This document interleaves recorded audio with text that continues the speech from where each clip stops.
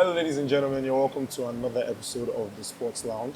My name is Daddy T, or you can call me Babyest of Boys. I am here with a seasoned athlete. He's right beside me. His name is Akinyemi Adebowale. Yeah. He will participate in. This is your second time, right? Yes. At the World Table Tennis Contenders in Lagos. Yes. All right. So, how are you? How are you doing? I'm fine. You're good, Abby? Yeah. You feel all ready for Wednesday? Sure. You're sure? See, $80,000 is a huge amount of money. That's kind of money that gets us out of the league completely. I'll be honest with you.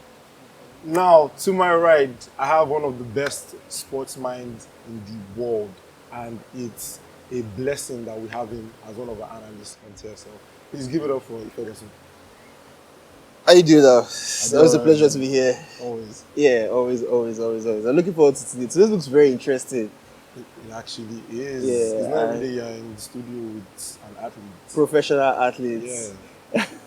So basically, this is just a reminder that if not for that injury I sustained in GS2, I'll probably be like world number 2 by now. I feel like all of us have that story, right? Yeah, no, it's not.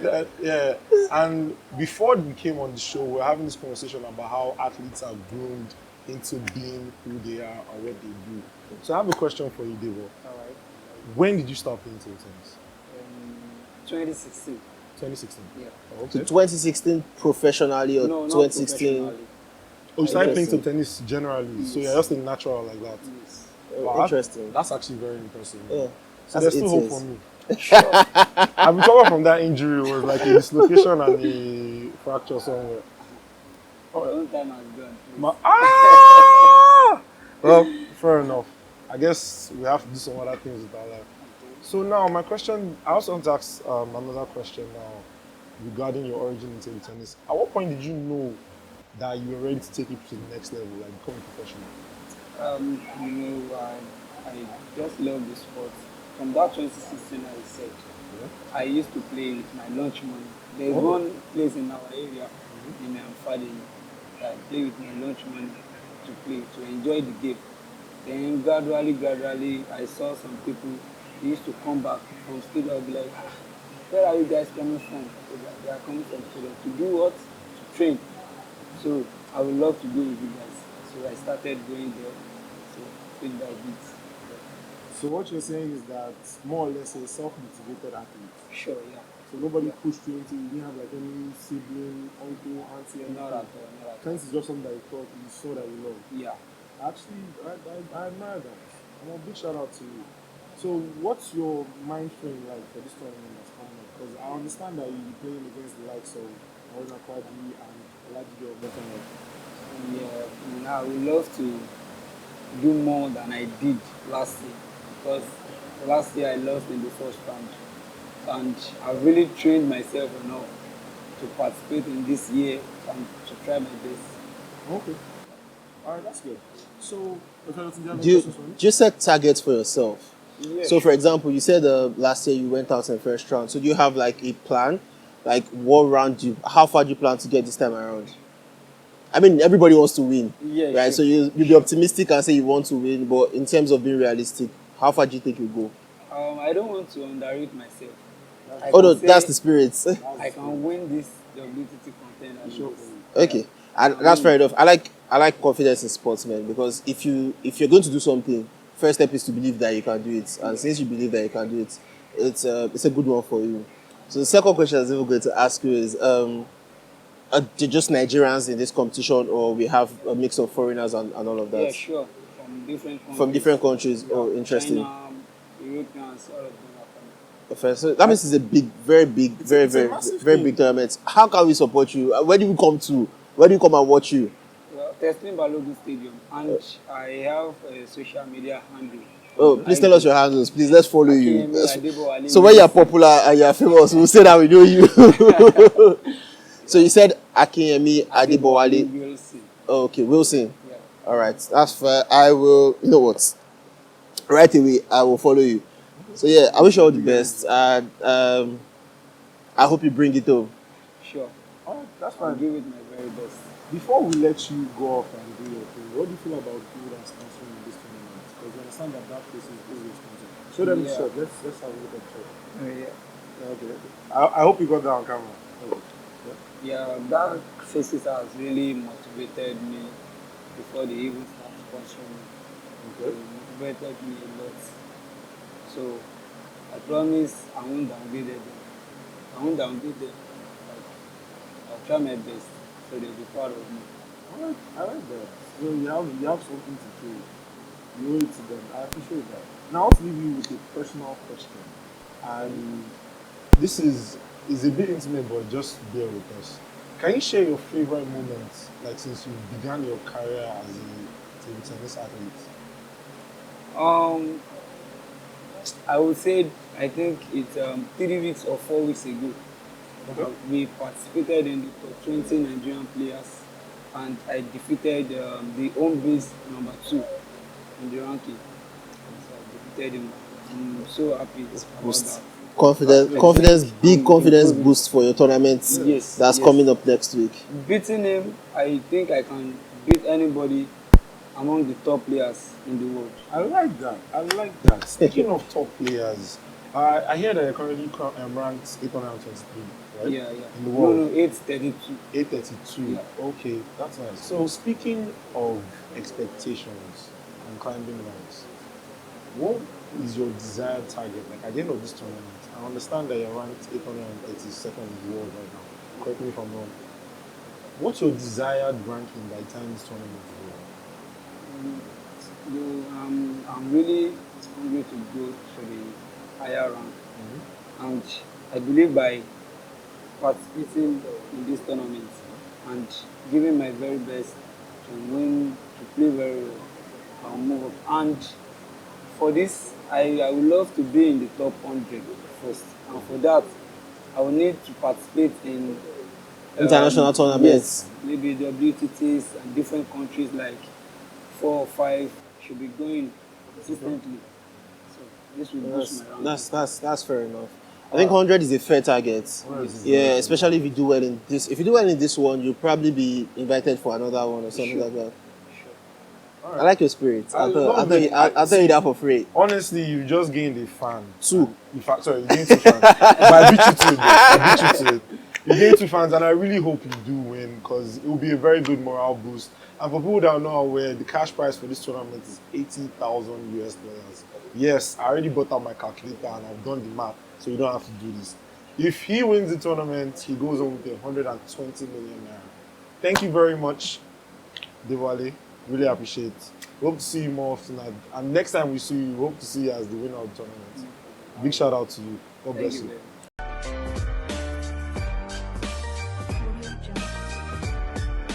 You're welcome back to the Sports Lounge, where we embody the spirit, the banter, and lifestyle of sports fans all over. We just finished having a session with Adebowale Akinyemi.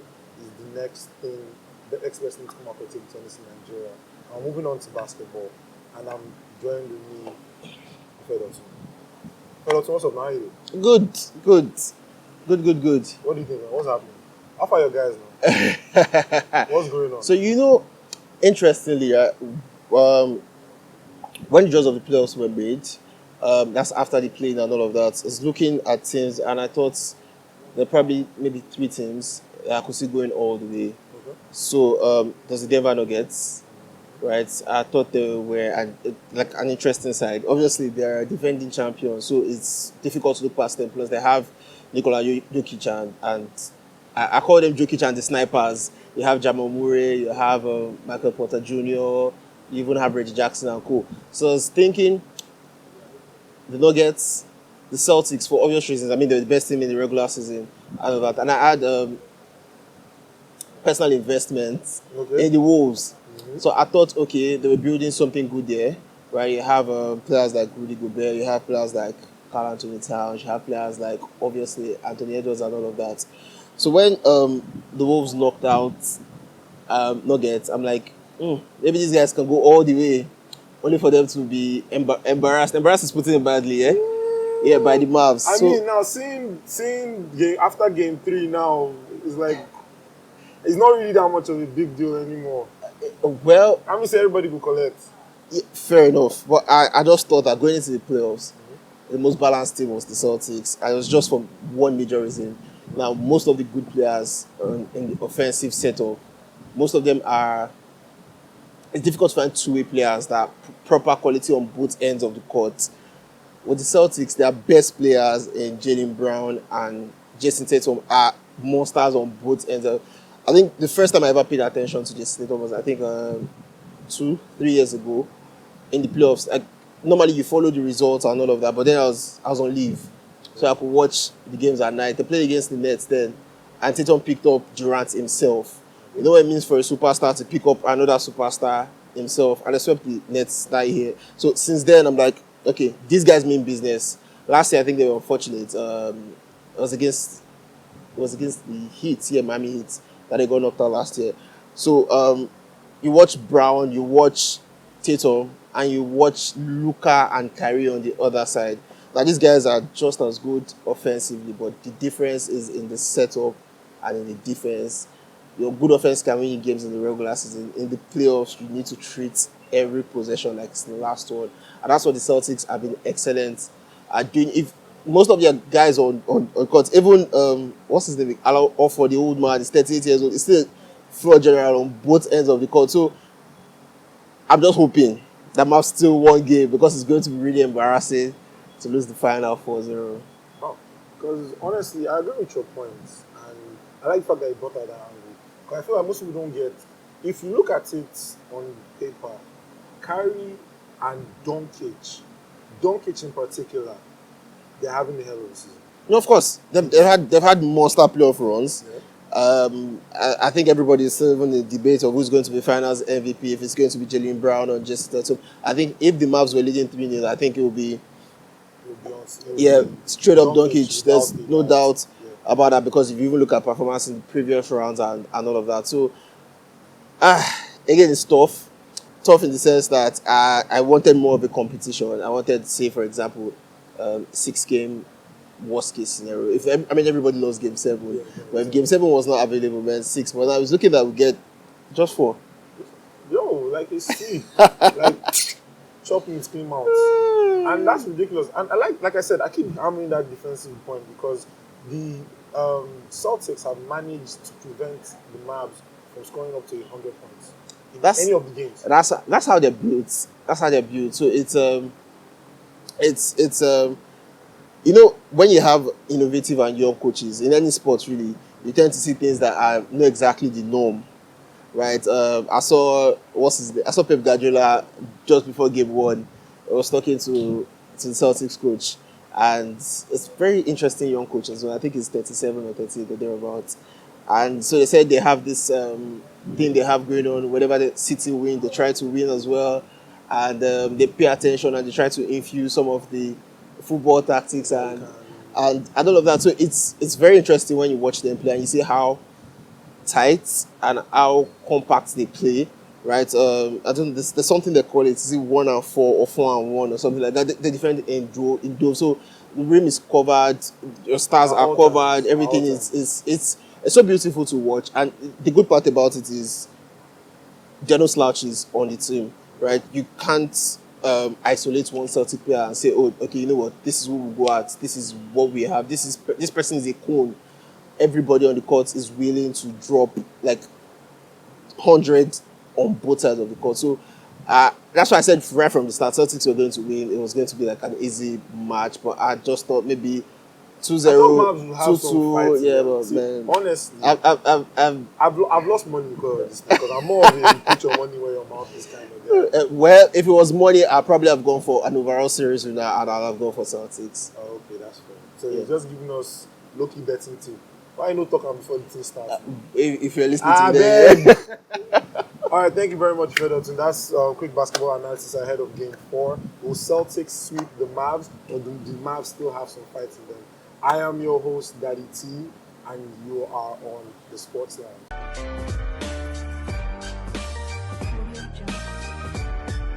Welcome back to the Sports Lounge. I am your host, Daddy T, and I'm here with Fedorton.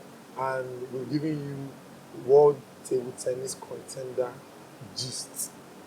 We have given you trash talk about the NBA playoffs. Now I'm going to the Euros. Fedorton, what's up now? How you sound? So this is going to be very tough. I think we're aiming for a monster tournament. I think the quality gap between the top teams is very, very little. So I don't expect us to see blowouts once we get to the knockout rounds. It's going to be very tight. 2-1, 3-2, 2-0, 1-0 matches. I mean, obviously, the big teams, I don't think any big team wants to do well. I'm only scared for one big team. And coincidentally, that's the big team I support the most. And that's England. Okay, And I was about to ask if you rhymed with 3 rhymes. So I'm scared for them for a few reasons. Number one, the team is top heavy. Top heavy in the sense that most of their best performers are the attack-minded players. You look at players like Jude Bellingham, Bukayo Saka, Phil Foden, Cole Palmer. You look at Harry Kane. Even if you want to be a bit disingenuous, you look at players like Watkins, Bowen. Sorry to cut you short, but all these players are good players. Oh no, definitely. That's why I said they're top heavy. Now, as a manager, if you told me this was my headache, that I had this amount of ballers on my team. That's not the problem. That's the good part. So we're getting to the problem part. So the problem part is okay. Sorry. There's an agenda. So we'll get to the agenda part. No problem. Okay, so the way teams are set up obviously is right, especially in local competitions. Everybody has ammunition. Right, France have theirs, England have theirs, Portugal, Spain, Germany, and all of that. Now, the team that will probably win this tournament is the team that can limit its opposition ammunition the most. I don't think England can do that because first things first, because they're top heavy, they'll try to fit in as many attackers on the pitch as possible at the same time. And that will, exactly, and that will leave them short at the back. Now, if you look at the defense line, a lot of the players in the defense line have regressed. So first, normally their starters will be Kyle Walker, John Stones, Harry Maguire, and Luke Shaw. Maguire is out of tournaments, is injured. So we have a newcomer in centre-back. So we probably have Maguire or Louis Dunk or somebody that's new, right? And you're going to put probably Kieran Trippier at left back because Luke Shaw is not fit yet. I don't think he's fit enough to start.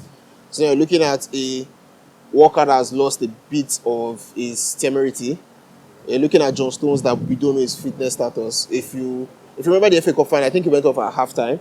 The last friendly too against Iceland, he went off at halftime. So we don't know how fit he is. So you're looking at Walker, Stones that we don't know his fitness issues, a new centre back, Pierre, right, and a makeshift left back. So the back line. So it's going to be very tough for them and all of that. So and that's probably the only big team that I have concerns about. I think everybody will be able to hold their own. I think Portugal will go far. I think France will go far. I think Spain have something special for us. God bless. Yeah, I'm looking at Yamal and Nico Williams on both wings. I think that is electric, right? And you know that Spain, when I said limit opposition, Spain is going to play with probably 60-65% possession, right? So it's going to be easy for them to limit what the opponent does to them. So I have Spain and France as potential winners. Interesting, right? I have the Netherlands as dark horses. Yeah, I think if I have them as dark horses because of Ronald Koeman. If they had a better coach, I would say they can. It's a knockout tournament, right? Once you get to the knockout phase, you don't have to be good. Beat the person in your front, and that's all. So I'm looking at maybe Turkey have something special for us too. Yeah, there are a lot of interesting characters in that team, and they're coached by somebody I used to like a lot during his playing days, Montella, right? So you look. Netherlands is your dark horse. Netherlands and Turkey. Okay, so you can call one dark horse, you can call one surprise package. Yeah. So you can do that. But I think it'll be a good tournament. I think that majority of the stars will come to the party. Typically at knockout competitions, you see some big names disappointing and other. I'm not mentioning Germany.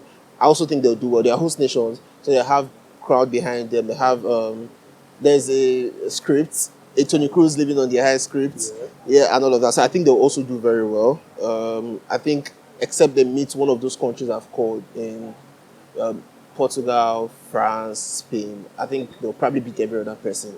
So again, it's going to be a very interesting tournament, and I really cannot wait. with England, like I said, I support them. Everybody that knows me knows that I like England international competitions. It's going to be a case of I don't know, I just like them. I've liked them since I've liked them since I was young.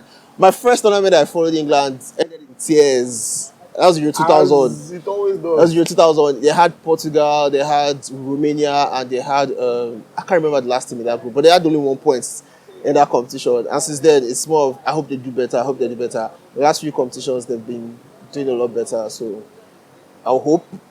I'll hope for the best. pray Yeah, and fast. exactly. But all yeah, should I have- think there are a few things that are better than them. Yeah. That's fine. Thank you very much for the analysis. Now, you said your favorites are France or Spain. So, Yeah. which one of them do you think has the potential to strike? I think Spain will win. I think Spain will win mostly because even though people have called this France next goal. okay, no. So the thing about it is, I think France have the best team, Yes. right? And the reason why I just think Spain will win is mostly because of cohesion, right? I like compact teams. I like teams that, in as much as they're doing their damage, they are reducing your own damage. So I think France will give you the chance to do things to them. I think it's going to be chaotic. It's going to be back, forth, and all of that. Obviously, they have the quality to survive in those conditions. So I think they will go very. In fact, they can even get all the way to the final. I just feel like which team is more likely to win 1-0? I think it's maybe Spain. But yeah. I'm never looking at Belgium at all. Nah, I think they've passed their best. I think they have a couple of good players too. I think the brother is going to do well. Probably Lukaku. Lukaku has 80 plus international goals, and I think the group is also easy as well. But I think once they get out of the group and the fixtures become tricky, I don't think they have that much quality to get past that. That's fine, That's fine, Thank you very much for your analysis. Yeah. Thank you very much for tuning in. Like I said earlier, this is Sports Lounge where we embody the lifestyle, spirit, and banter of sports fans all over.